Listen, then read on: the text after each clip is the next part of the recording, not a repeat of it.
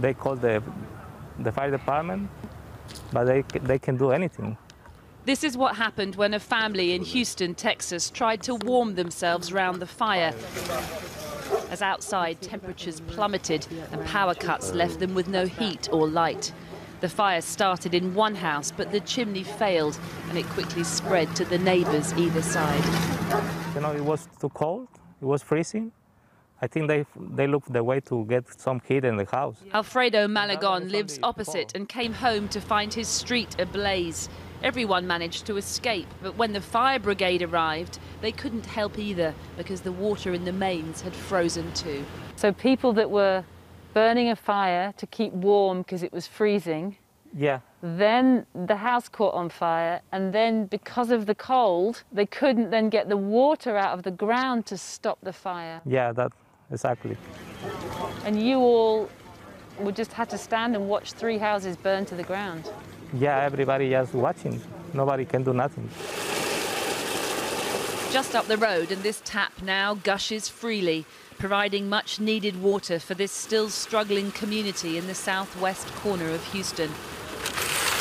Across Texas, electricity has now been restored. The sunshine has returned too, but thousands still have no clean water. I'm here to deliver water. And burst pipes have left a sodden network of collapsed ceilings and damaged floors. I'm here because Miss Shepherd sent me and said you needed some water.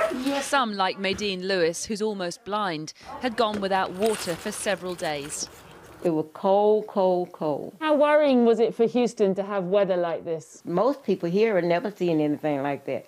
You know, and I made it too. A lot of people come here, and a lot of kids and younger people in their 20s or 30s never saw nothing like this. So it was kind of panicky. Come up a little bit more.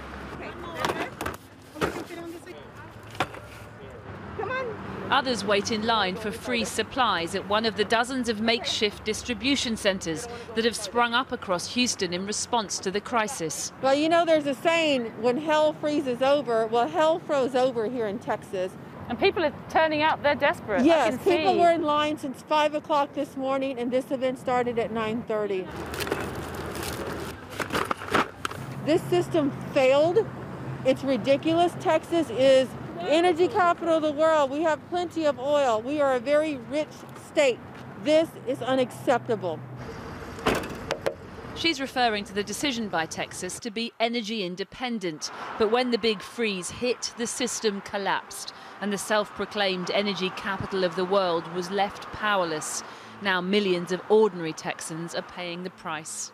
It's been one crisis over another, and unfortunately a lot of the minority and lower income communities get hit the hardest. There are communities in Houston that do suffer more than others, and it's the black and brown communities. Alice Torres feared for her life during last week's storm when the oxygen supply she relies on was cut off as the power failed. That was a deep concern for me because I knew I needed the oxygen. It was life-sustaining. She managed to source a generator and was able to weather the storm. Thankfully, she says, because she's still waiting for repairs to her home from the last big one, Hurricane Harvey, 4 years ago. Then came COVID, which, like a disproportionate number of Latin Americans, she contracted, as did her mother, who didn't survive. We couldn't see her. We couldn't be with her. We had to say our goodbyes via iPad. How do you feel? Is it just Houston bad luck? What is it? My heart breaks. It continues to break. But we're from Houston. You know, we have the saying, Houston strong. You know, Houston proud. So I'm not going to get up and walk away. But you say Houston strong, Houston proud. Yes. Because there's good people here. But do you feel let down by Houston? I feel let down by the politicians. Everyone does. An accident many say was waiting to happen. That the energy system designed to insulate instead isolated Texas, leaving millions cut off and freezing. No heat, no water, and now, for some, no homes either. Siobhan Kennedy reporting. And as the southern states recover from Winter Storm Uri, some good news. Thousands of turtles have been released into the Gulf of Mexico after they were rescued during the freezing weather last week. The plunge in temperature stunned the creatures, preventing them from swimming and leading to the rescue effort.